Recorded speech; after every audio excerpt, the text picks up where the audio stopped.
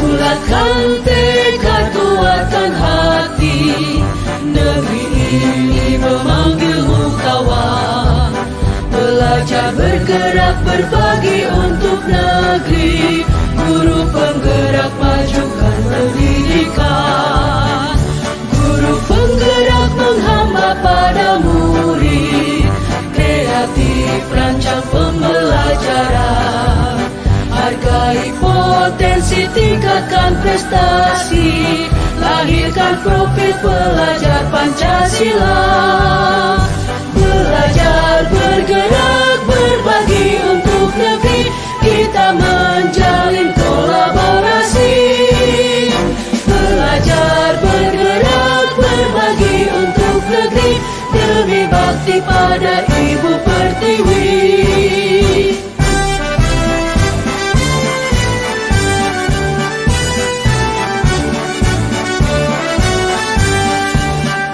Bulatkan tekad, kuatkan hati, negeri ini memanggilmu kawan. Belajar, bergerak, berbagi untuk negeri, guru penggerak majukan pendidikan. Guru penggerak menghamba pada murid, kreatif rancang pembelajaran. Hargai potensi, tingkatkan prestasi, lahirkan profil pelajar Pancasila. Belajar, bergerak, berbagi untuk negeri, kita Pertama-tama mari kita panjatkan puji dan syukur kehadirat Tuhan Yang Maha Esa, karena atas berkat dan lawatan yang diberikan kita bisa dikumpulkan untuk bisa di ruangan ini. Yang kami hormati Bapak Kepala Sekolah SMP Negeri 1 Tanjung Ratu, yang kami hormati Bapak Ibu Guru dan staf pegawai SMP Negeri 1 Tanjung Ratu. Terima kasih atas kehadiran Bapak Ibu untuk mengikuti diseminasi dari kami CGP Angkatan yang ke-9. Adapun rangkaian kegiatan kita hari ini, yang pertama adalah pembukaan oleh saya sendiri, Euniko Dorita Degan, salah satu CGP Angkatan yang ke-9. Kemudian menyanyikan lagu Indonesia Raya, kemudian doa, lalu pemaparan oleh CGP, doa penutup dan penutup. Untuk mengawali kegiatan ini, kita akan menyanyikan lagu kebangsaan kita Indonesia Raya. Kami undang hadirin untuk bisa berdiri. Dan ini akan dipandu oleh Ibu Pestari Yaman.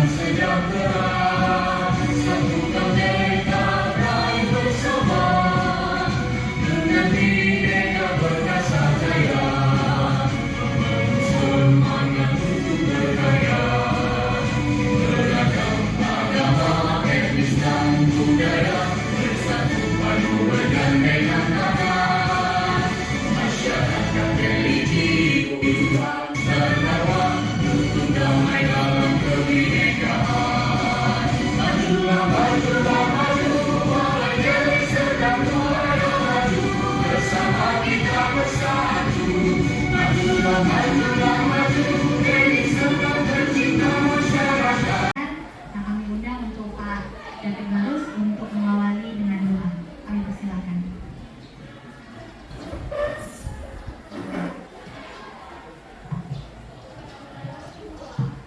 Baik Bapak Ibu, untuk memulai kegiatan kita sehingga nanti bermakna untuk kita semuanya, khusus untuk sekolah kita tundukkan kepala kita sejenak, kita berdoa. Di sini izin saya menyampaikan dengan doa Kristiani. Kita bersatu dengan doa.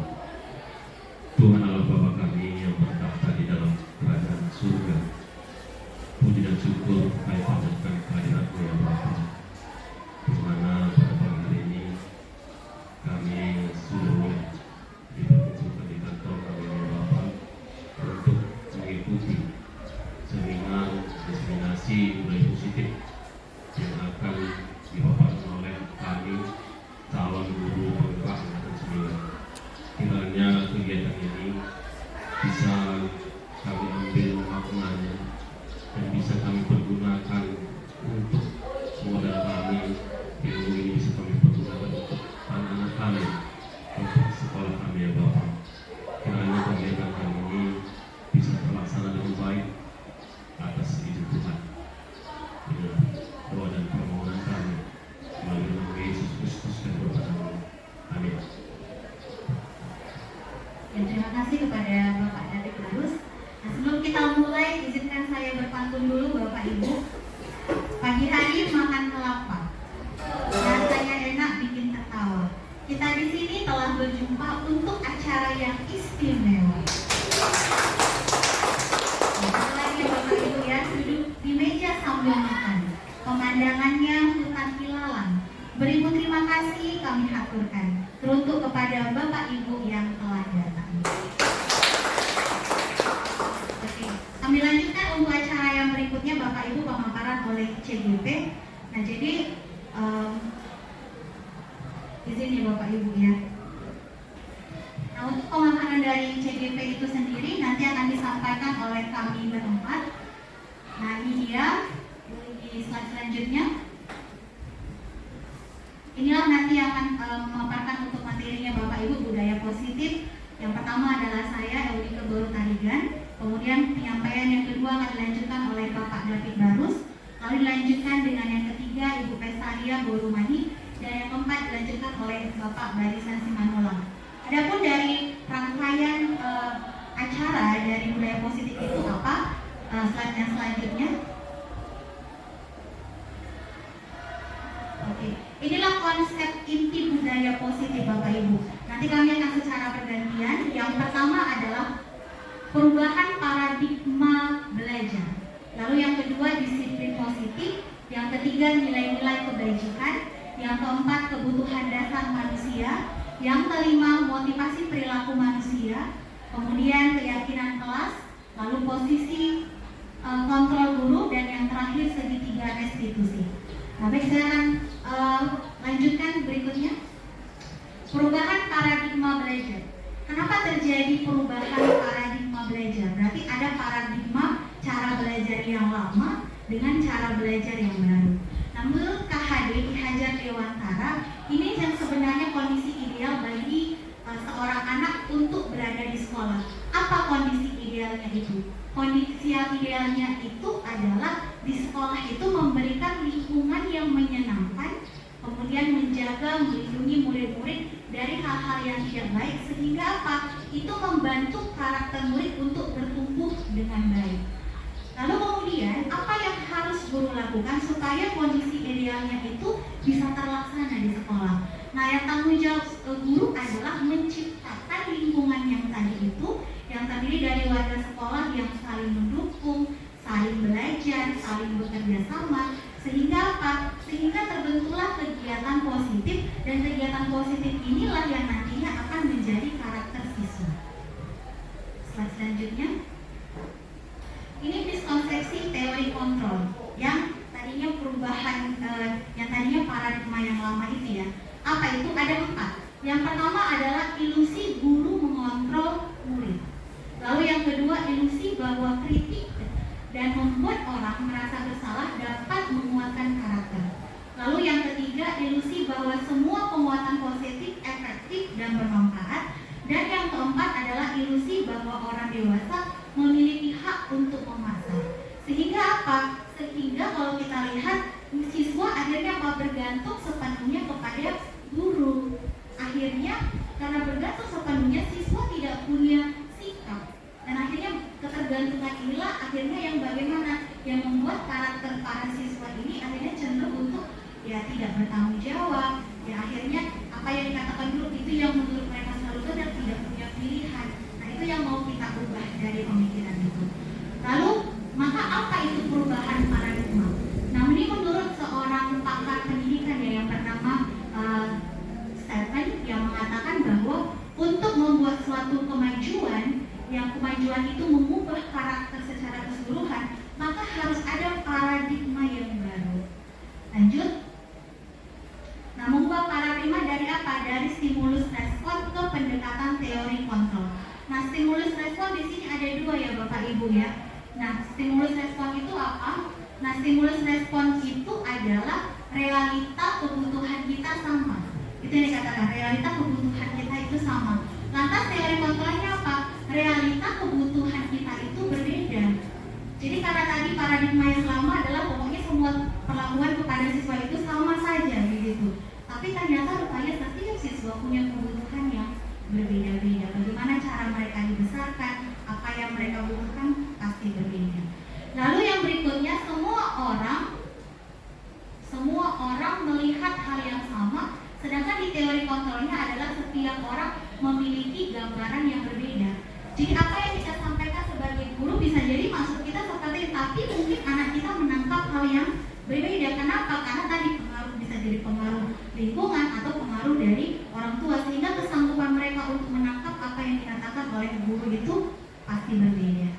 Lalu yang ketiga adalah kita mencoba mengubah orang agar kepanjangan sama dengan kita, dan teori kontrolnya adalah kita berusaha memahami pandangan orang lain tentang dunia.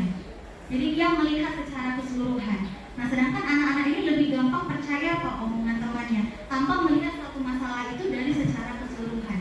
Nah, kita mau bantu mereka untuk bisa punya paradigma yang baru seperti itu. Lalu yang berikutnya, perilaku buruk dilihat sebagai suatu kesalahan, dan yang berikutnya teori kontrolnya adalah semua perilaku memiliki tujuan. Jadi bisa jadi anak-anak itu buat kesalahan, mungkin ada alasan dibalik dari kesalahannya itu. Yang bisa jadi kalau yang lama itu pokoknya dia salah Bu. Padahal sebenarnya mungkin dia bisa salah, mungkin dia bisa benar. Itu yang mau kita bantu anak itu. Sehingga apa? Sehingga pada akhirnya mereka bisa bertanggung jawab terhadap apa yang mereka lakukan, dan mereka bisa belajar dari kesalahan mereka. Nah, lalu modal orang-orang bisa mengontrol saya, teori kontrolnya hanya Anda yang bisa mengontrol diri Anda. Jadi ada kalanya tadi apa yang dikatakan oleh guru, anak mungkin berpikir ya saya ikut aja tanpa ada sikap. Padahal sebenarnya kalau anak itu tidak mau melakukannya, atau mungkin mereka punya pemikiran yang lain, mereka bisa sampaikan untuk bisa yang pada akhirnya mungkin disampaikan kepada guru untuk apa? Bisa mencari satu titik temu yang dengan demikian ini bisa membentuk karakter anak ini untuk bisa punya tanggung jawab terhadap apa yang dia pikirkan atau apa yang dia lakukan. Oke, slide berikutnya. Nah, sekarang kita masuk kepada makna disiplin. Apa itu disiplin? Disiplin itu berasal dari bahasa Latin yang artinya adalah belajar. Nah, disiplin ini tujuannya apa? Disiplin tujuannya adalah membuat orang menggali potensinya menuju sebuah tujuan apa yang dia hargai. Slide selanjutnya. Disiplin adalah kemampuan memerintah diri sendiri dalam mengontrol dan menguasai diri untuk memilih tindakan yang mengacu pada nilai-nilai yang kita hargai dengan penuh rasa tanggung jawab tanpa terperintah oleh orang lain. Nah, biasanya ini kan Bapak Ibu kalau dikatakan disiplin, orang cenderung berpikir disiplin itu adalah sebuah hukuman ya.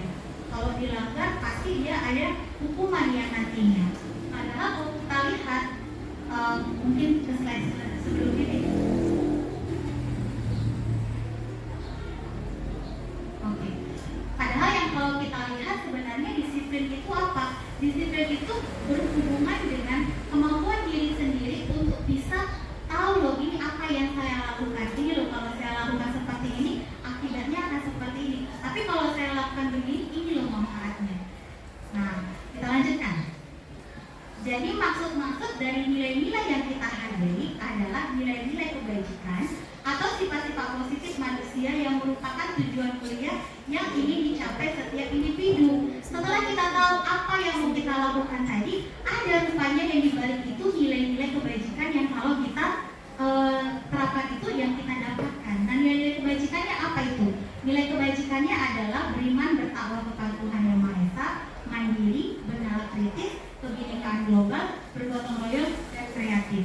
Dan ada juga dia nilai-nilai kebajikan universal, yaitu mencakup penuh rasa tanggung jawab, peduli kepada orang lain, kemudian juga bermurah hati, dan ada beberapa juga nantinya nilai-nilai kebajikan itu yang itu tercakup dalam pengamalan nilai-nilai Pancasila. Nah, mungkin itu saja Bapak Ibu yang bisa saya sampaikan dari disiplin, kemudian perubahan paradigma, kemudian nilai-nilai universal. Nah, untuk yang selanjutnya akan disampaikan oleh Bapak David Harus. Waktu dan tempat kami berikan. Luar biasa ya. Jadi di sini saya menambahi sedikit ya, Bapak Ibu Guru.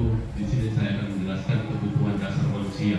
Yang pertama, Bapak pendidikan kita Ki Hajar Dewantara itu mengibaratkan pengajaran itu sama dengan seorang petani. Seorang petani artinya ketika petani ingin mendapatkan hasil yang luar biasa atau mendapatkan buah yang cukup memuaskan. Jadi kira-kira kalau petani itulah untuk ibu kami, apa yang dilakukan petani untuk mendapatkan sebuah hasil yang maksimal kira-kira?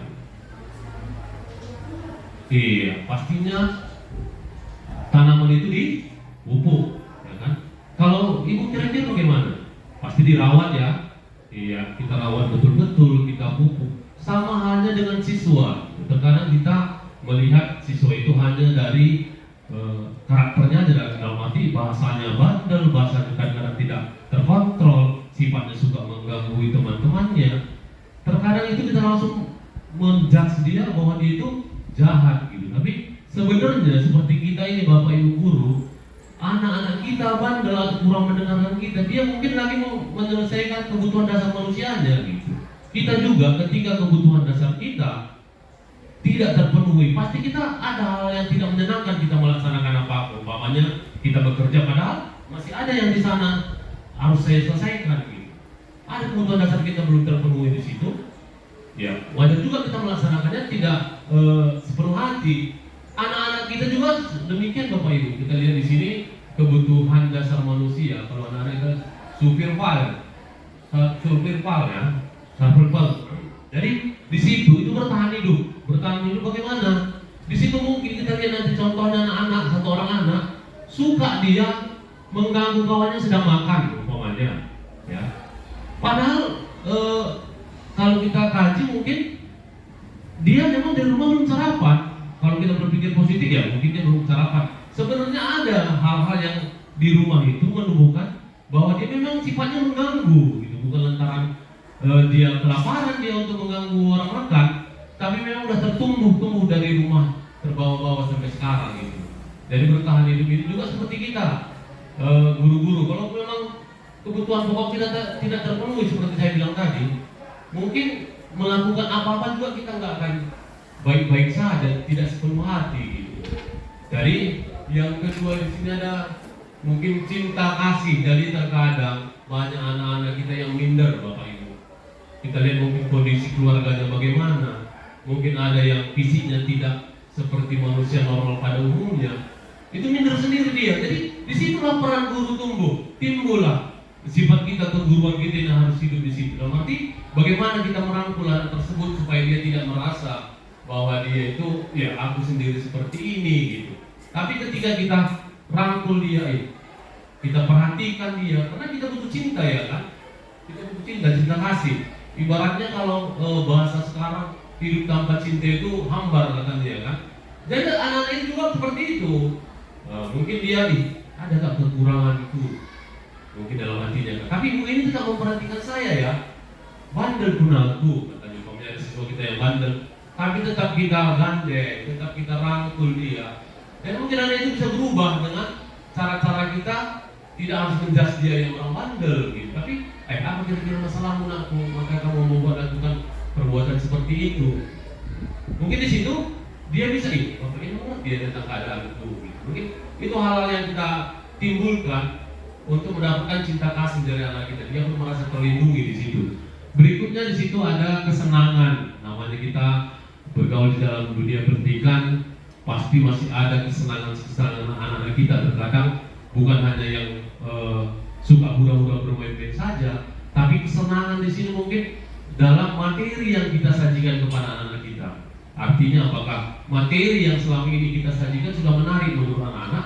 Apakah kita sudah barengi dengan ice breaking, atau kita buat dalam 3 GP kita dalam kelas hanya monoton untuk membaca buku saja? Kita harus buat juga umpamanya bernyanyi-nyanyi. Kita beri umpamanya kita buat ice breaking. Saya lihat Enami sering nyanyi-nyanyi bahasa Inggris. Dan anak-anak senang saya lihat di situ ada pertukaran-pertukaran yang setiap hari kita buat. Besok apalagi ya kalau ibu ini gitu. Ada kesenangan yang timbul di situ. Jadi mereka juga senang datang, kita sudah ditunggu gitu. Itulah kesenangan pribadi yang mungkin bisa kita tularkan juga kepada anak-anak kita. Di situ ada kebersamaan, kebebasan. Jadi sama dengan anak-anak terkadang keluar dari rumah itu sudah merasa merdeka.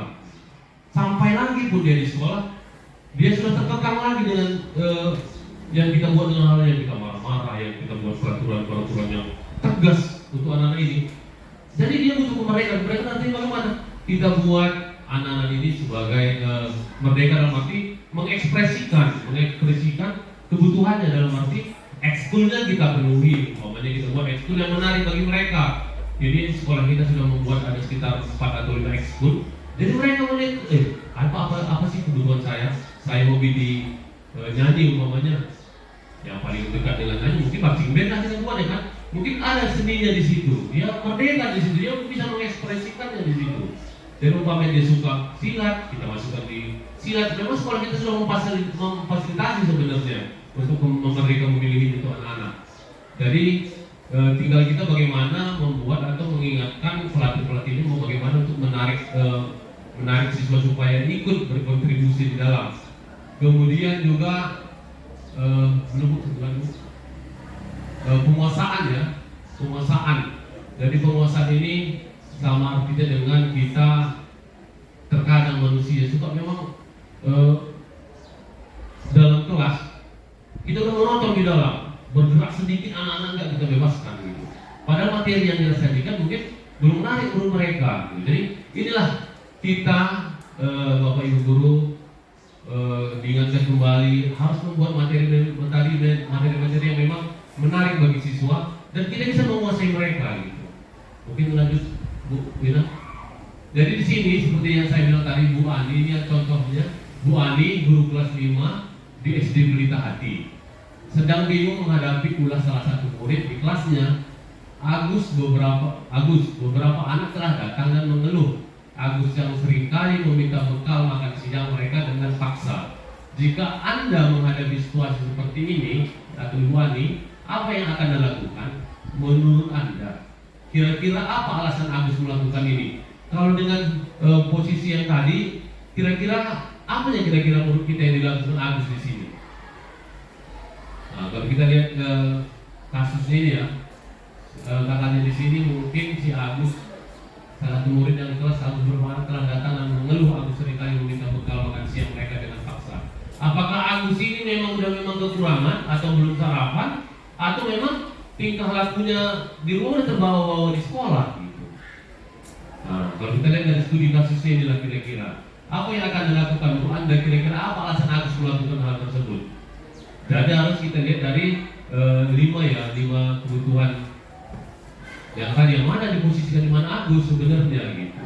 Dan mungkin dia nggak sarapan di rumah, ya suka dia minta-minta setiap harinya kepada kawan-kawannya, atau mungkin di rumahnya dia tidak disiapkan sarapan dengan orang tuanya gitu. Atau memang di posisi yang mana dia, mungkin memang dia di situ, atau itu mengganggu aja atau meramaikan, kan kita nggak tahu. Itu makanya Bapak Ibu, kita harus juga mengenal atau mengetahui apa sifat-sifat anak kita, walaupun nggak semuanya bisa kita kontrol sifat-sifatnya, minimal ya ini satu gini ya, dia mau marah ya. Jadi kalau saya marah juga pasti tidak terima. Dan kita mengenal dari pelan-pelan lagi memasuki dia. Jadi mungkin next Bu Mina.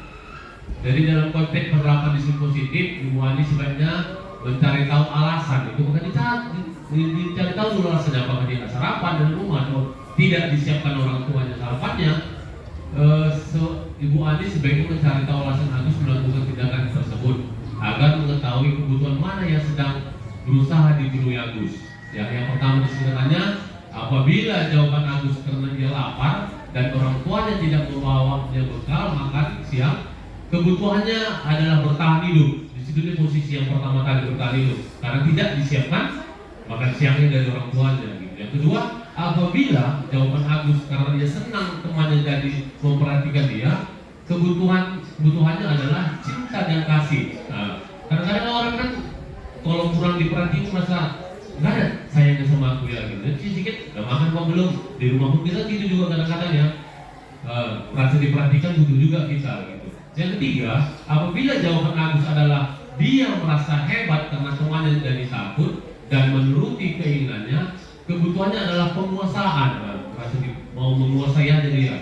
Yang berikutnya, apabila jawaban Agus karena dia merasa bosan dengan bekal yang dibawakan ibunya karena selalu membawakan bekal yang sama. Nah, terkadang kan setiap hari antara ribet kita orang tua ini, kalau setiap hari kita berikan sama anak kita mungkin. Kalau mama orang rumah di rumah sering gitu, kalau ribet rasanya telur, udah jadi, gitu kan. Itu adalah kebebasan di situ. Yang terakhir, apabila jawaban Agus adalah karena iseng saja dan dia menikmati ekspresi wajah temannya yang kesal karena diambil makanannya, kebutuhannya adalah kesenangan. Dan memang dia hobinya senang dia dengan orang susah gitu, kalau ibaratnya sekarang gitu. Next Bu Wina. Jadi kita masuk dalam teori motivasi perilaku manusia. Jadi di sini yang pertama itu motivasi eksternalnya untuk menghindari ketidaknyamanan hukum. Terkadang memang dalam permasalahan kalau sudah terlibat dengan hukum, mungkin kita sebagai manusia itu bagaimana mencari jawaban-jawaban yang untuk membebaskan kita dari setiap persoalan itu. Yang kedua motivasi internal ya, eksternal udah apa sebenarnya ini yang kedua, untuk mendapatkan imbalan dari orang lain, institusi, apa yang akan saya dapatkan apabila saya melakukannya. Jadi ada imbalan di situ. Kita umpamanya apa yang saya lakukan, umpamanya saya kerjakan ini, ada perintah dari sekolah umpamanya kamu di sini untuk mengikuti ini, umpamanya apa sih yang aku dapat? Minimal adalah sertifikatnya kita bilang kan, atau ada nggak ongkos yang saya dapatkan? Padahal ilmunya penting kita di situ. Nah, jadi malahan sekarang asal ada ditugaskan, di sini maunya ada ilmu yang akan didapat. Timbal balik mau jadi situ. Yang ketiga motivasi internal, untuk menghargai diri sendiri. Saya akan menjadi orang yang seperti apa bila saya melakukannya. Ini sebenarnya penegasan untuk anak-anak kita. Kira-kira kita tumbuhkanlah dari hatinya bahwa ketika dia berbuat baik, ketika dia melakukan tugas-tugas pekerjaan sekolah dengan baik, dia dapat imbalannya dari ilmunya di situ. Gitu. Kita sadarkan anak kita di situ. untuk menghargai diri sendiri. Saya akan menjadi orang yang seperti apabila saya melakukannya. Jadi timbulkan pertanyaan di sama dia, gitu Bapak Ibu. Jadi kan banyak sekarang dia bekerja, jadi melakukan tugas-tugas sekolah, PR apa. Kalau hanya dipikirkannya bahwa itu untuk dia nantinya, gitu. Hanya ya tugas kerjakan, tugas kerjakan, baca kata bunyi, baca, gitu. Padahal yang perlu kita ingatkan sama anak-anak untuk menghargai diri sendiri. Saya akan menjadi orang seperti apa apabila saya melakukannya. Jadi ini perlu kita penekanan kepada anak-anak kita. Dan mungkin ini ada pemaparan dari saya. Kami persilahkan diteruskan dengan Bu Pestaria. Bu Mani, terima kasih Bapak Ibu.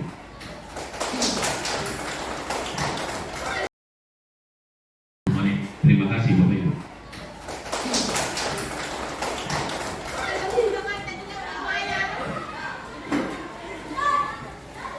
Terima kasih kita ucapkan Pak David, suatu pemaparan luar biasa ya Ibu ya. Bagaimana kita dapat memotivasi anak kita, ya motivasi yang datangnya dari dalam, bukan dari luar. Karena itu yang paling penting. Ya, terkadang tidak kita yang membuat peraturan itu. Nah, inilah yang akan saya sampaikan. Di sini pembahasan yang akan saya sampaikan yaitu tentang keyakinan kelas. Nah, sebelum kita masuk ke pembahasan ini, saya ingin bertanya ini Ibu-ibu. Adakah di antara ibu-ibu ini yang menjadi seorang wali kelas di tempat ini? Boleh tunjuk tangan ibu-ibu, mana yang wali kelas? Oke, terima kasih. Jadi di antara ibu-ibu ini, apakah sudah pernah membuat sebuah keyakinan di kelas? Sudah Bu? Bu Ina bagaimana? Sudah ya? Nah, kalau Ibu Desi, sudah Bu? Sudah, oke. Kalau Bu TS sudah? Sudah, terima kasih. Bu NAP? Sudah, oke, terima kasih. Berarti sudah ada keyakinan kelas.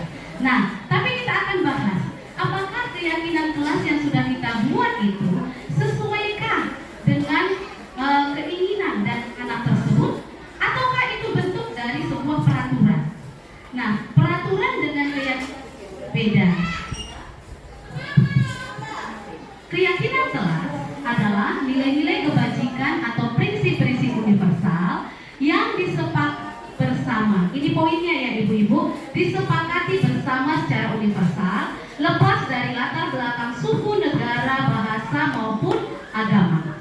Menurut Gosen, suatu keyakinan akan lebih memotivasi seseorang dari dalam. Nah, ini yang saya bilang tadi, motivasinya harus dari dalam, intrinsik. Seseorang akan lebih bersemangat untuk menjalankan keyakinannya daripada hanya sekedar mengikuti serangkaian peraturan. Nah, saya juga sebelum mengikuti guru penggerak ini, ya Ibu, saya pikir peraturan itu sama dengan sebuah keyakinan. Rupanya setelah kami pelajari, peraturan yang kita buat di kelas itu, itulah yang akan mencakup kepada sebuah keyakinan. Kenapa peraturan itu kurang baik kita lakukan untuk siswa? Contohnya ini Bapak. Jangan buang sampah sembarangan. Nah, itu datang dari kita ya. Kita yang mengatakan ya, jangan buang sampah sembarangan. Jangan memakai sepatu dalam kelas. Jangan berlari-lari. Kata jangan. Itulah yang sering kita sebutkan. Itu terpacu pada peraturan kelas. Kenapa ini kurang baik kita lakukan? Karena itu bukan hal yang kita sepakati bersama dengan anak-anak. Terkadang kita yang membuat sebuah peraturan itu. Sama dengan saya. Kemarin Ibu, kalau Ibu masuk ke 82 sudah ada itu saya memaparkan keyakinan kelas. Ternyata keyakinan kelas yang saya buat itu adalah sebuah peraturan. Karena bukan kesepakatan bersama yang saya tuliskan di sana, tapi keinginan saya. Saya mau bagaimana kelas itu yang saya tuliskan di sana. Rupanya itu tidak baik Ibu. Setelah kami pelajari itu tidak baik. Itu artinya kita memaksakan kehendak kita terhadap anak. Sebuah kesepakatan yang kita sepakati itulah sebuah keyakinan kelas. Contohnya ini, kalau nanti kita mau buat, nanti sama-sama kita berubah ya Bu ya. Saya juga nanti akan merubah itu, akan saya buat juga keyakinan kelas untuk memperbaharui. Karena keyakinan kelas ini tidak bisa kita buat sekali, itu untuk selamanya tidak bisa. Tapi kita buat misalnya sebuah kesepakatan dari bentuk keyakinan ini, nanti sudah ada misalnya 10 poin. Kemudian kita lihat, dari 10 poin ini, apakah itu sudah benar-benar kita laksanakan? Apakah sudah benar-benar siswa untuk laksanakan? Kalau tidak, kita akan rombak lagi. Jadi keyakinan kelas ini tidak mungkin dalam 1 tahun itu sekali kita buat, tidak mungkin. Tapi kita akan terus perbaharui itu sesuai dengan keadaan kelas kita. Oke, selanjutnya. keyakinan kelas dengan peraturan kelas.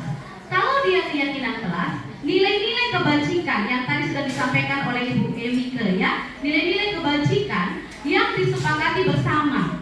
Jadi ada kesepakatan bersama, itu kuncinya Bapak Ibu. Harus ada kesepakatan dari siswa dan kesepakatan dari kita guru. Dan itu sama-sama kita sepakati. Kemudian kalau peraturan, serangkaian aturan-aturan yang dibuat yang jika dilanggar akan ada konsekuensi dan hukuman. Nah, konsekuensi dan hukuman ini juga akan dipaparkan nanti oleh Pak Barisan. Ya, itu ada nanti pemaparannya. Ini memang sangat penting sebenarnya untuk kita, terutama wali kelas, ya Bapak Ibu ya. Karena dalam kelas itu, jika ada sebuah keyakinan, untuk apa sebenarnya tujuannya? Mungkin kita bingung ya, ngapain dibuat sebuah keyakinan? Nah, tujuan dari keyakinan ini adalah inilah yang memacu anak-anak itu untuk melakukan prosesnya hari demi hari. Mereka akan berproses untuk menuju ke disiplin positif tadi, Bapak Ibu. Kalau memang sebuah keyakinan itu tidak mungkin kita seperti makan cabai, di situ kita makan pedas, ya Bapak Ibu ya. Tapi kalau sebuah keyakinan itu kita jalankan setiap hari dan akan berulang-ulang terus sehingga anak itu lama-lama akan terbiasa. Dan itu akan membentuk karakternya. Dari sinilah dibentuk karakter anak itu. Dari kebiasaan yang dia lakukan itu. Kemudian selanjutnya pembentukan keyakinan kelas. Keyakinan kelas ini bersifat abstrak daripada peraturan yang lebih rinci dan konkret. Kita jelaskan ya. Keyakinan kelas berupa pernyataan-pernyataan yang universal, yang lebih meluas. Contohnya tadi, ini contohnya. Kalau kita bilang jangan buang sampah sembarangan. Kalau bentuk dari keyakinannya, kita bisa membuat buanglah atau membuang sampah pada tempatnya. Nah, membuang sampah pada tempatnya itu, mereka sudah sadar, oh membuang sampah pada tempatnya. Itu akan memacu mereka berpikir, di mana tempat membuang sampah itu? Kita sudah sediakan tong sampah. Dengan sendirinya mereka bisa berpikir, oh membuang sampah pada tempatnya. Jadi sampah yang ada pada mereka akan mereka buang ke tong sampah. Tapi kalau kita bilang jangan buang sampah, denda 5.000, sering ini ya Bapak Ibu ya. Kalau di kelas kan, siapa yang buang sampah, denda 5.000. Kalau pakai sepatumu 3.000 dendanya. Nah itu bukan sebuah keyakinan. Mereka lakukan karena terpaksa Bapak Ibu. Terkadang mau mereka mendongkol dalam hati, oh ibu inilah kapan nanti dia gitu dalam hati mereka ya. Anak-anak kita ini. Cuma kita merasa itu emang keunggulan kita ya sebagai guru. Kadang kita merasa itulah kehebatan kita guru. Padahal itu sebenarnya tidak baik untuk anak kita. Mereka merasa tertekan dengan apa yang kita lakukan. Nah di sini kita bisa berubah. Kemudian keyakinan kelas hendaknya tidak terlalu banyak sehingga mudah diingat dan dipahami. Jangan terlalu panjang Bapak Ibu, nanti lupa mereka. Gak ingat lagi mereka. Gak usah panjang-panjang, tidak usah banyak-banyak. Semua warga kelas sebaiknya ikut berkontribusi dalam membuat kegiatan kelas lewat curhat pendapat. Nah inilah bagaimana caranya. Ini sebenarnya caranya kita seperti curhat dengan teman, ya, antara guru dengan murid. Nah jadi kita bisa membawa mereka dulu dalam keadaan yang nyaman, aman, senang. Jangan lupa kita seram-seram masuk ya Bapak Ibu. Mereka pun takut nanti untuk menuliskannya ya. Jadi kita buat dulu menyenangkan. Seperti tadi yang dikatakan oleh Pak David ya, keadaan kelas yang menyenangkan karena mereka punya kebutuhan masing-masing. Nah setelah itu menyenangkan, kita bisa mulai membuka.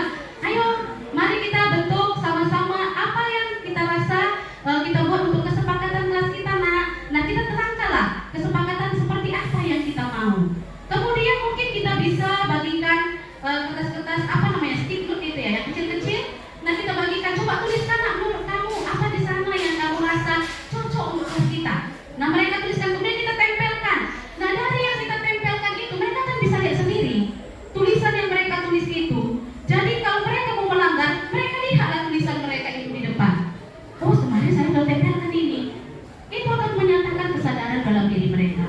Memang sulit Bapak Ibu, berubah itu tidak secepat kita membalikkan telapak tangan.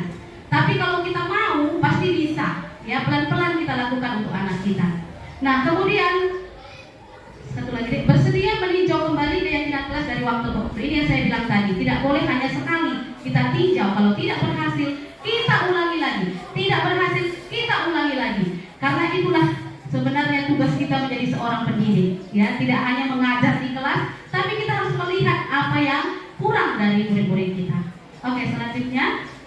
Nah, inilah peraturan dengan keyakinan. Keyakinan dalam nilai kebajikan. Kalau peraturan ada kata seperti ini, selalu kembalikan buku ke tempatnya. Nah, itu sebenarnya nilai yang kita di situ ingin tampilkan adalah tanggung jawab dia. Coba Bapak Ibu, kalau ini tadi selalu kembalikan buku ke tempatnya. Kalau keyakinan kelas, apa yang bisa kita buat ini? Apakah ini sudah termasuk keyakinan? Selalu kembalikan buku atau buku peraturan? Selalu kembalikan buku ke tempatnya. Boleh ya, kita masukkan keyakinan ini ya. Sudah bisa ya, ini kita masukkan keyakinan. Nah, kalau selama ini apa kita buat? Jangan meletakkan buku sembarangan. Itu yang kita bilang ya. Selalu ada kata jangan. Selalu mengembalikan buku ke tempatnya. Itu sudah masuk kepada nilai tanggung jawab. Kemudian ini dilarang mengganggu orang lain. Bisa nggak ini ke peraturan atau keyakinan Bapak Ibu? Kira-kira ini. Dilarang mengganggu orang lain. Ini peraturan atau keyakinan ini? Peraturan ya. Apa yang bisa kita buatkan ini keyakinannya Bapak Ibu? Bisa nggak kita buat saling menghormati? Boleh nggak? Di keyakinannya ya, saling menghormati, ya, saling menghormati sesama. Atau apa lagi kita buat? Boleh ya itu ya, saling menghormati sesama. Itu bisa kita buat. Karena nilai di sana adalah nilai yang tergantung adalah menghormati orang lain. Kemudian hadir di sekolah 15 menit sebelum pembelajaran dimulai. Ini kira-kira peraturan atau keyakinan ini Bapak Ibu? Peraturan. Apa yang bisa kita buat ke keyakinannya?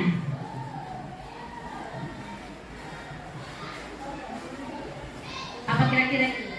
Ada dari Pak Barisan ini. Hadir di sekolah 15 menit sebelum pembelajaran dimulai. Ini tentang komitmen. Komitmen ya. Komitmen kita.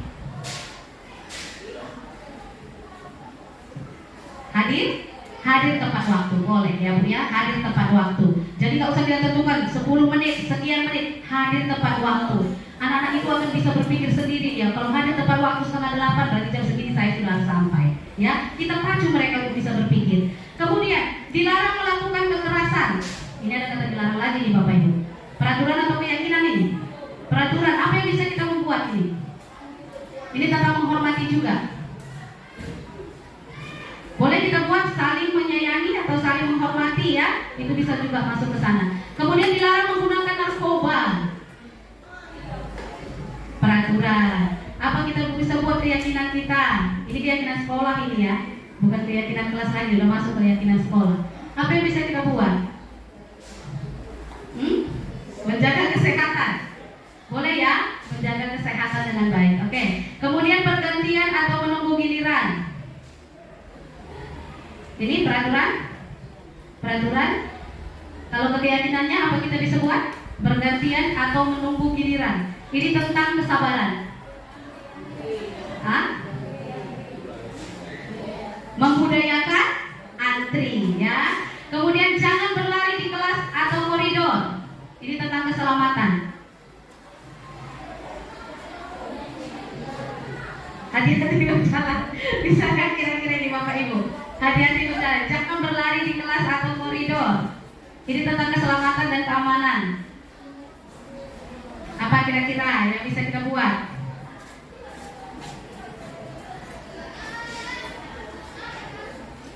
Ada dari Bapak Ibu? Jangan berlari di koridor, ini tetap ada kata jangan ya. Bisa kita ganti dengan apa ini kalau bisa masuk ke keyakinan ini? Berjalan dengan hati-hati atau berjalan dengan tertib ya. Berjalan dengan tertib. Berjalan dengan tertib sudah masuk ke sana. Nah, selanjutnya, nah inilah ya Bapak Ibu. Nah, inilah contoh-contoh dari kita membuat keyakinan kelas tadi Bapak Ibu. Bisa kita buat seperti ini di kelas. Kita buatkan kertas-kertas kecil ya.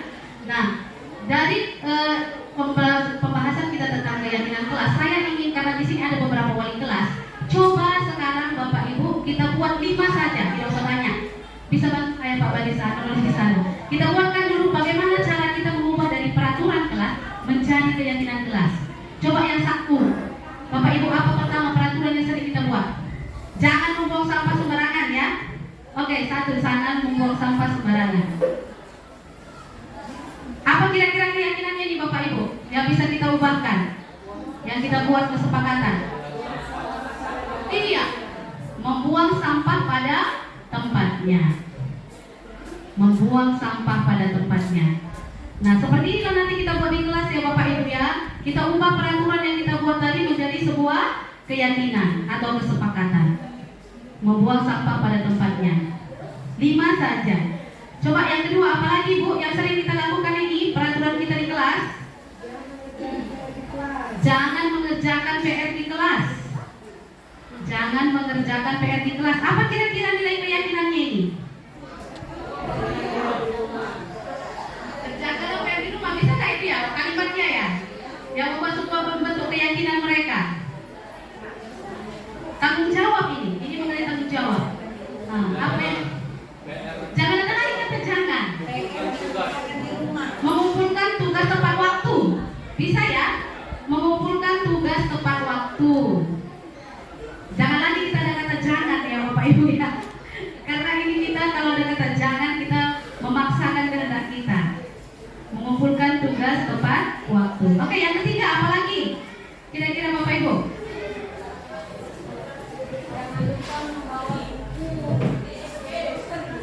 Jangan lupa membawa buku sesuai roster. Ini sudah apa juga ini ya, tentang tanggung jawab ya. Jangan lupa membawa buku sesuai roster. Apa bisa kita buat keyakinannya ini, Bapak Ibu? Biar hilang kata jangan ini. Jangan lupa membawa buku sesuai roster. Apa kira-kira yang bisa kita buat?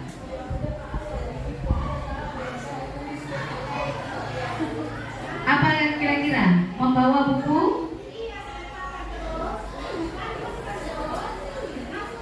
Jangan lupa membawa buku sesuai roster. Keyakinan apa yang bisa kita dapatkan dari sini? Biar hilang kata jangan ini. Apa kira-kira Bapak Ibu? Sama-sama kita ini kan rumuskan. Membawa buku sesuai dengan jadwalnya. Oke, mempersiapkan buku sesuai dengan jadwal. Oke, mempersiapkan buku sesuai dengan jadwal. Oke, yang keempat, dua lagi Bapak Ibu. Biar langsung kita praktekkan. Jangan ribut di kelas, Pak Ben. Jangan ribut di kelas. Jangan ribut di kelas. Keyakinan apa yang bisa kita ambil dari sini? Yang bisa kita tentukan biar kata jangan itu hilang dia. Berbicara jika dipersilakan. Berbicara jika Dipersilakan. diperlukan, ya. Berbicara jika dipersilakan atau diperlukan ini, kita sepakati.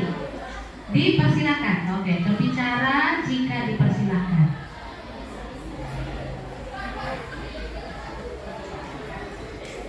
Oke, terakhir yang kelima. Apalagi kira-kira peraturan kelas kita yang sering kita buat? Jangan sering absen. Ini kalau keyakinannya apa ini, Bapak Ibu? Jangan sering absen.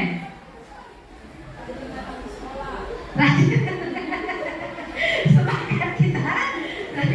Jangan sering absen. Rajin datang ke sekolah. Apa kira-kira Bapak Ibu? Bukan lawan kata, Bu. Iya, bukan lawan kata ya, tapi kita buat dia supaya dia disuruh pikir gitu untuk melakukannya. Supaya dia tidak merasa tertekan untuk melakukannya. Jangan sering absen.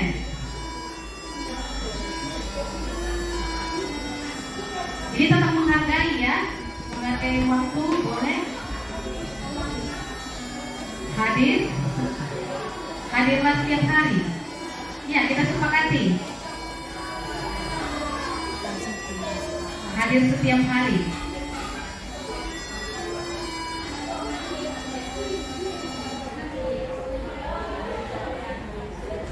Boleh itu ya? Nanti kita pikirkan itu lebih luasnya lagi ya. Hadirlah setiap hari. Hadir setiap hari. Oke.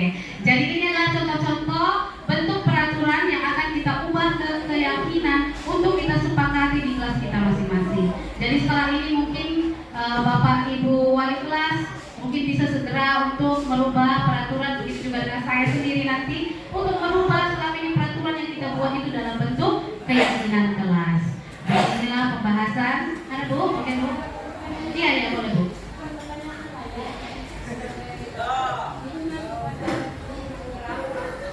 Bahwasannya hal ini sudah terlaksana di kelas 82 karena ibu wali kelasnya ada di kelas 76 karena Pak D yang wali kelasnya. Itu aja ya. Terima kasih karena sudah membuka wawasan kita di depannya. Oke, jadi marilah Bapak Ibu kita sama-sama berubah ya untuk merubah sesuatu yang baik agar anak-anak kita bisa merasa nyaman, senang dan bisa melakukan pembelajaran dengan baik. Sekianlah pembahasan yang bisa saya sampaikan dan akan dilanjutkan oleh Pak Barisan Manula.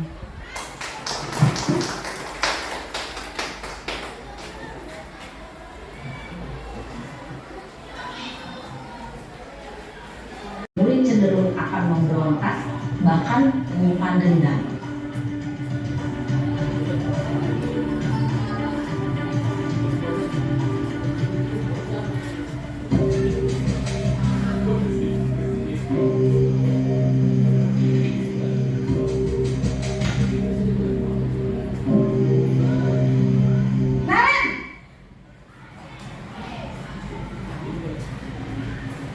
Selamat pagi Bu.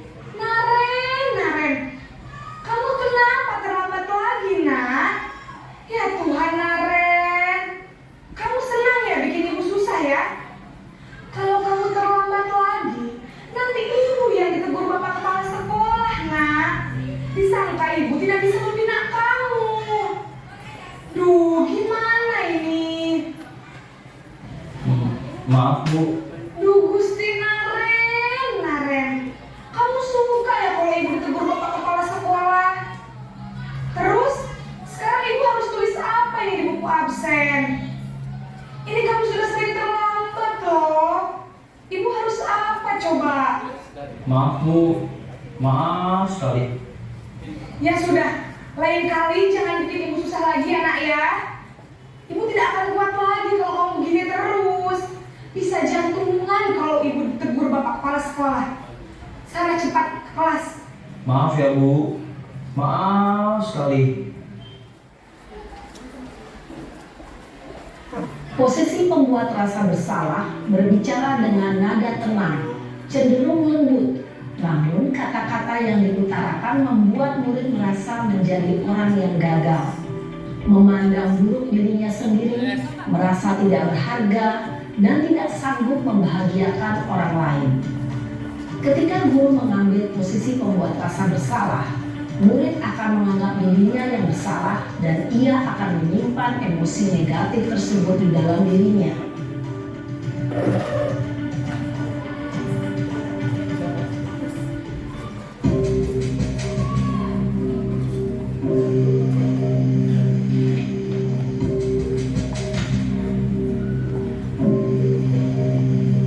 Naren,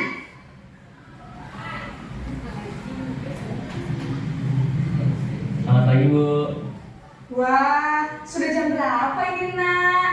Terlambat lagi ya sayang. Iya Bu. Habis ibu saya lupa bangunkan saya Bu. Kamu malah menyalahkan ibu kamu. Kamu bukannya anak yang larinya paling kencang. Kok terlambat sih?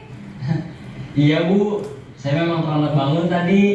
Jadi biarpun saya lari kencang, tetap gak kekejar Bu. Ya sudah sana. Nanti lain kali larinya lebih kencang lagi ya. Biar gak terlambat lagi. Bikin senang ibu. Demi ibu. Bisa kan? Bisa lah Bu. Ya sudah sana masuk kelas. Ibu beresin urusan absen kamu. Kamu ini ada-ada saja. Dalam posisi teman, guru berbicara dengan nada suara ramah, akrab, cenderung bersenda gurau untuk menjaga suasana tetap santai. Murid akan merasa senang, aman, dan akrab dengan guru. Identitas yang tercipta adalah identitas sukses atau berhasil. Namun, perlu diingat, karena ini masih dorongan eksternal, maka ada faktor ketergantungan dari murid kepada orang tertentu. Di sini guru absennya, sehingga di lain waktu murid bisa berperilaku baik, namun hanya kepada orang-orang tertentu saja.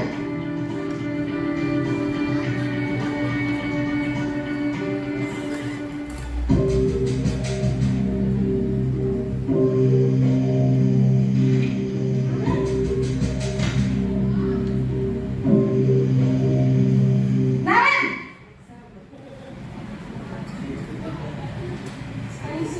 Selamat pagi Bu. Naren, apa peraturan sekolah kita tentang jam berapa kita harus masuk sekolah, nak? Kita harus di sekolah jam 7 Bu. Iya betul, sekarang sudah jam 7.20. Naren sudah tahu konsekuensinya jika terlambat hadir. Paham Bu, saya harus tinggal kelas pas jam istirahat selama 20 menit. Iya benar, konsekuensinya demikian. Jadi nanti jam 9.30 pas istirahat, kamu harus tinggal di kelas, kerjakan tugas tambahan untuk ketertinggalan kamu, ya? Baik Bu. Posisi pemantau mengandalkan penghitungan atau data untuk mengontrol murid. Guru mengarahkan murid berdasarkan peraturan dan konsekuensi. Seorang pemantau menunjukkan bahasa tubuh dan ekspresi wajah yang datar dan cenderung formal.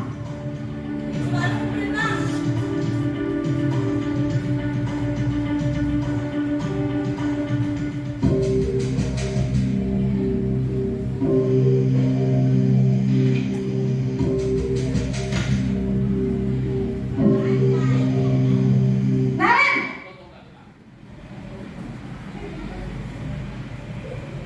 Selamat pagi Bu. Selamat pagi Naren. Maaf Bu, saya terlambat. Iya, sekolah masuknya jam 7, sekarang sudah jam 7.20. Jadi sekarang bagaimana nih Naren? Maaf Bu, saya lupa setel alarm saya semalam. Baiklah, menurut kamu, keyakinan sekolah yang mana yang perlu kamu tingkatkan? Menghargai diri sendiri dan orang lain mungkin ya Bu. Setuju. Jadi, apakah Naren meyakini prinsip saling menghormati tersebut? Iya Bu, saya meyakininya. Apakah Naren bersedia memperbaiki masalah keterlambatan ini? Bersedia Bu. Bagaimana kamu akan perbaiki masalah keterlambatan ini? Saya akan coba untuk tidak lupa menyetel alarm saya Bu. Baik, kalau Naren lupa menyetel alarm di rumah, ada orang yang kira-kira bisa bantu mengingatkan tidak?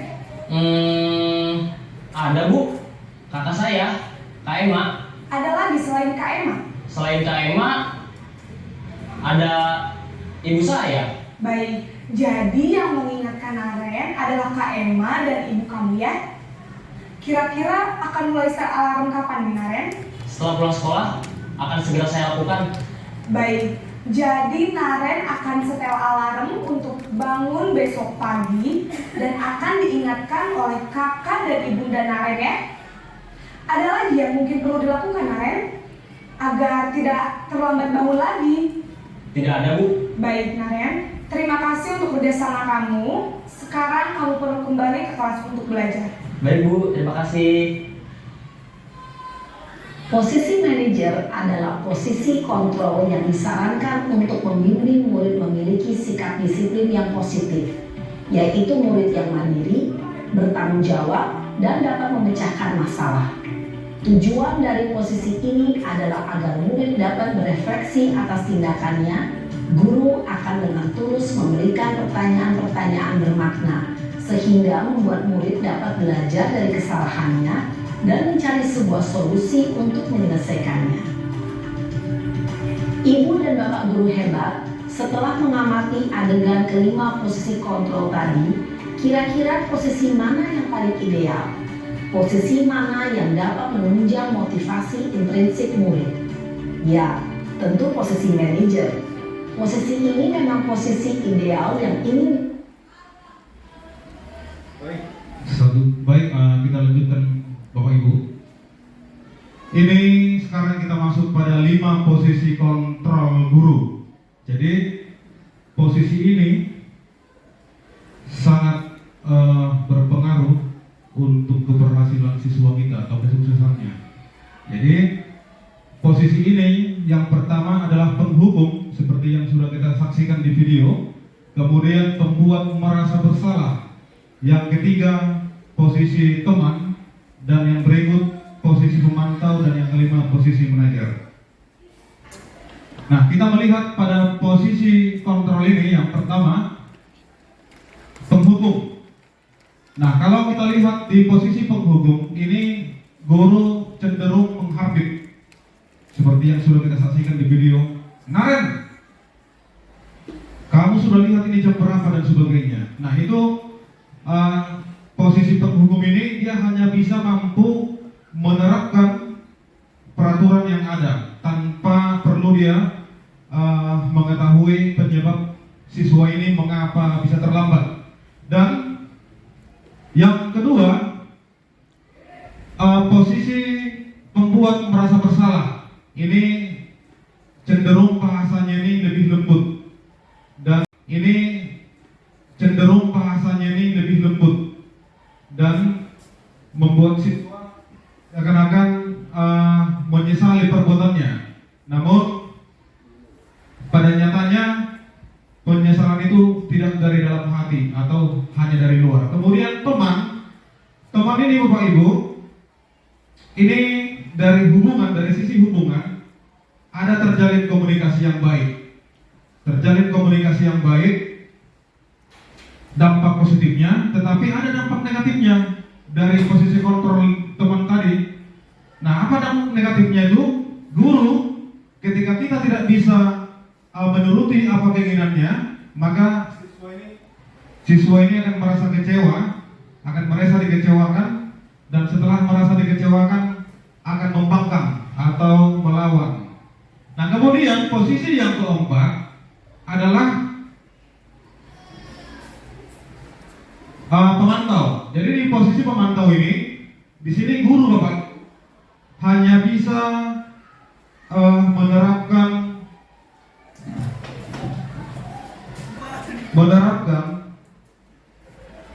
peraturan yang ada atau konsekuensi yang ada, seperti yang sudah kita saksikan tadi di video. Ketika Naren terlambat, Naren kamu sudah terlambat berapa menit? Sekitar 20 menit. Lalu konsekuensi mana yang telah kamu langgar? Dan apa dampak daripada Naren terlambat? Ini yang dilakukan pada posisi memantau. Jadi hanya bisa berdasarkan data-data, melihat waktu sudah terlambat, lalu peraturan mana yang dilanggar, seperti apa konsekuensinya, itu pada posisi pemantau ini. Kemudian pada posisi manajer Bapak Ibu, manajer ini lebih bagus sedikit lebih bagus dari posisi kontrol yang lainnya, karena di posisi manajer ini sudah menerapkan namanya segitiga restitusi. Yang pertama, menstabilkan identitas, kemudian memvalidasi, kemudian meyakinkan atau keyakinan. Lalu next,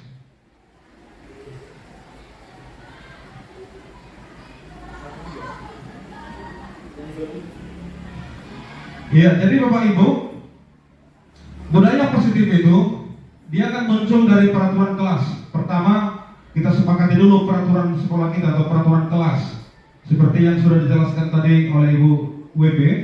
Nah, dari peraturan ini akan muncul keyakinan. Ulangi, maaf Ibu PM ya. Dari peraturan ini Bapak Ibu muncul keyakinan kelas. Ya.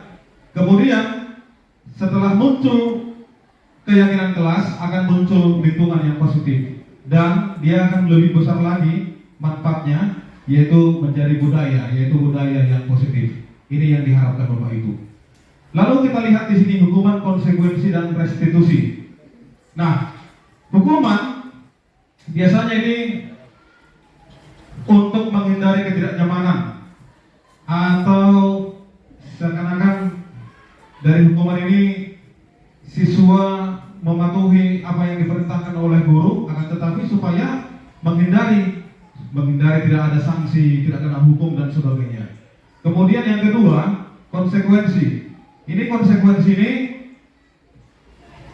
siswa bersemangat atau mematuhi peraturan yang ada yang disampaikan oleh guru. Tujuannya adalah untuk mendapatkan imbalan atau penghargaan dari orang lain. Jadi motivasinya itu belum datang dari dirinya, tetapi karena dari motivasi eksternal atau dari luar. Nah, kemudian restitusi. Pada restitusi ini mereka sudah diajarkan bertanggung jawab terhadap apa yang mereka lakukan. Jadi seperti pada video yang kelima tadi yang sudah kita saksikan, ya, di situ guru sudah menyampaikan, sudah membuka pemahaman siswa terkait dengan pelanggaran apa yang atau keyakinan sekolah apa yang dilanggar. Kemudian guru meminta kepada siswa kira-kira bagaimana konsekuensinya dan bagaimana ke depannya. Ini pada restitusi. Next. Nah, kita lihat dulu Bapak Ibu. Mungkin Bapak Ibu bertanya, apa itu segitiga restitusi? Segitiga restitusi ini adalah proses menciptakan kondisi bagi murid untuk memperbaiki kesalahan sehingga mereka bisa kembali pada kelompok mereka dengan karakter yang lebih kuat. Jadi siswa-siswi yang bermasalah diterapkan segitiga restitusi ini tujuannya supaya mereka bisa berhasil kembali ke lingkungannya atau ke kelasnya. Lalu apa yang diharapkan dari segitiga restitusi ini Bapak Ibu? Kita lihat. Nah, dengan melalui segitiga restitusi membantu murid menjadi lebih memiliki tujuan disiplin positif serta memulihkan dirinya setelah berbuat salah. Kita tahu Bapak Ibu bahwa murid yang katakanlah bermasalah itu setelah dipanggil oleh guru, mereka dalam hatinya itu sebuah tekanan atau mereka menganggap bahwa dirinya sudah gagal, sudah menjadi orang yang tidak berguna, ya. Nah, kemudian melalui restitusi juga guru dapat membantu murid untuk jujur pada diri sendiri dan mengevaluasi dampak dari kesalahan yang dilakukan. Jadi mereka berani mengakui kesalahannya dan mengevaluasi semestinya apa yang dilakukan. Dan pada yang ketiga, memberikan penawaran bukan paksaan. Mereka dengan senang hati memberikan solusi atau meminta solusi atau melakukan solusi yang diberikan oleh guru dengan penuh kesadaran, bukan dengan keadaan paksaan. Berikut. Nah, ini lagi segitiga restitusi Bapak Ibu. Yang paling bawah adalah menstabilkan identitas. Biasanya kalimatnya ini seperti setiap orang pernah melakukan kesalahan. Itu yang biasa ditawarkan kepada siswa. Kemudian kamu bukan satu-satunya yang pernah melakukan ini. Jadi dengan kalimat-kalimat seperti ini siswa tidak merasa, waduh, saya sudah bermasalah, nanti bisa berapi saya nih, saya tidak berguna. Nah, tidak ada lagi di sini Bapak Ibu. Jadi pertama kita sudah menstabilkan identitas mereka, bahwa mereka wajar melakukan itu, tentu melakukan juga ada faktornya. Nah, kemudian setelah itu Bapak Ibu kita validasi. Nah, validasi tindakan yang salah, kita memvalidasi tindakan apa yang dilakukan. Nah, kalimatnya itu seperti ini. Kamu tentu punya alasan mengapa melakukan itu. Ini yang patutnya kita tanyakan kepada siswa bermasalah. Kemudian, adakah cara yang lebih efektif untuk mendapatkan apa yang kamu butuhkan? Jadi kita motivasi siswa untuk berpikir bagaimana cara yang lebih efektif untuk mendapatkan apa yang dibutuhkan dari masalah yang ada. Kemudian setelah itu masuk kita kepada sisi yang berikut, yaitu menanyakan keyakinan.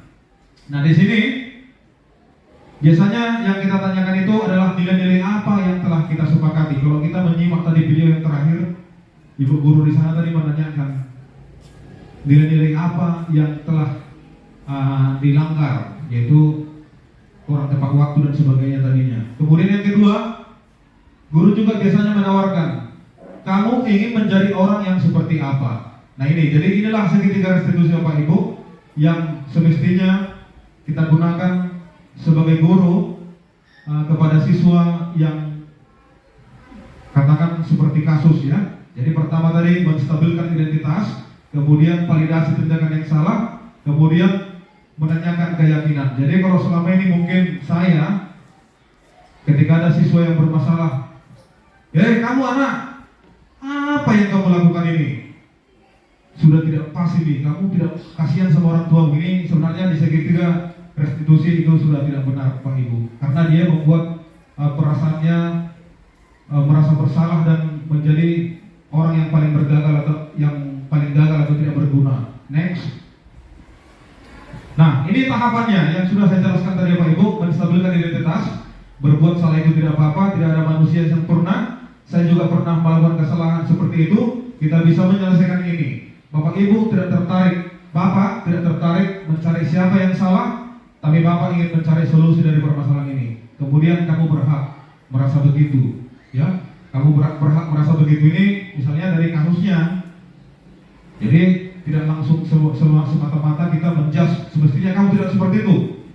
Nah, kemudian yang kedua, validasi tindakan yang salah. Nah, di sini Bapak Ibu, ini biasa kalimat yang kita lontarkan, padahal kamu bisa melakukan yang lebih buruk dari ini, ya. Kamu pasti punya alasan mengapa melakukan hal itu.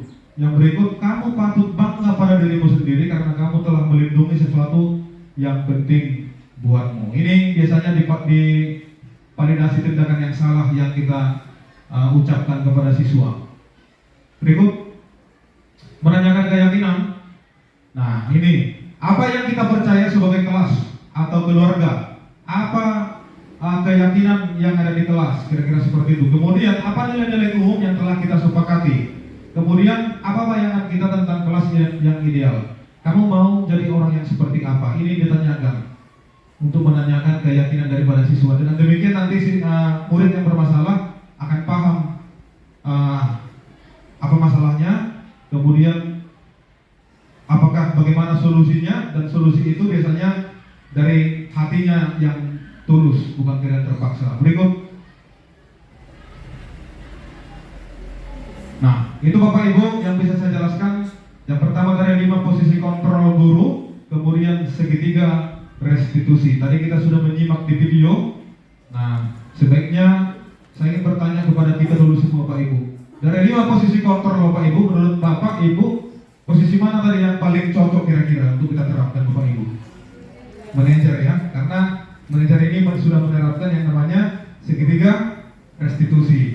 Di mana segitiga restitusi tadi menstabilkan identitas, validasi tindakan yang salah, dan keyakinan. Itu Bapak Ibu. Demikian yang bisa saya sampaikan. Terima kasih.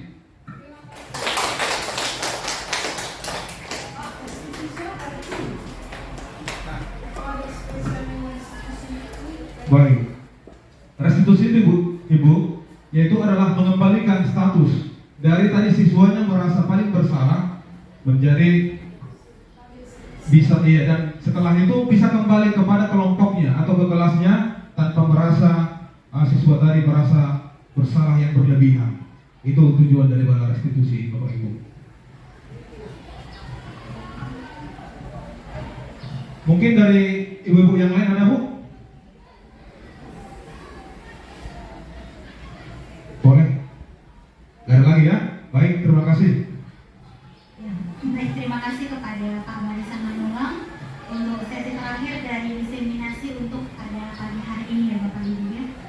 Jadi sebagai kesimpulan dari kegiatan diseminasi ini, saya ada simpulkan beberapa Bapak Ibu. Yang pertama adalah kita harus berubah dalam arti kata ada paradigma belajar yang lama untuk berubah menjadi paradigma yang baru, yaitu menerapkan disiplin intrinsik. Artinya adalah bahwasanya anak ini berubah karena dorongan intrinsik atau karena dia mau ingin berubah sesuai dengan keinginan hatinya dan sadar akan tanggung jawabnya dan menghargai dirinya sendiri, itu terkait dengan nilai-nilai universal. Lalu yang kedua, anak-anak itu punya kebutuhan yang perlu untuk dipenuhi. Lalu yang ketiga, keyakinan kelas harus dibuat untuk setiap kelas.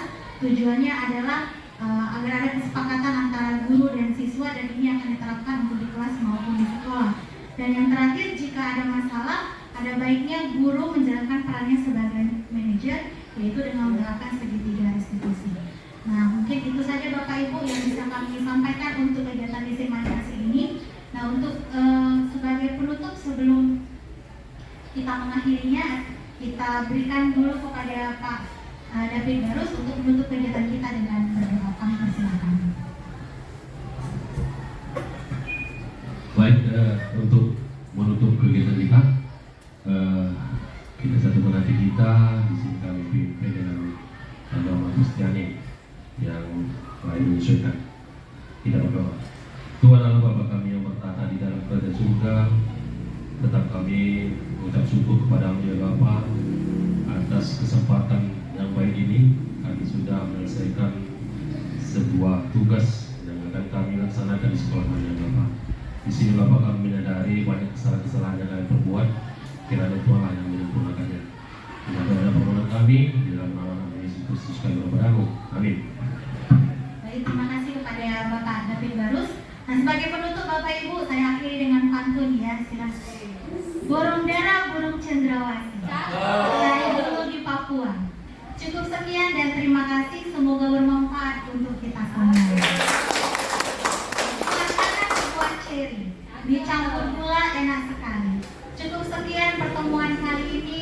Semoga bisa bertemu lagi kemudian hari. Demikian Bapak Ibu untuk diseminasi kami pada pagi hari ini.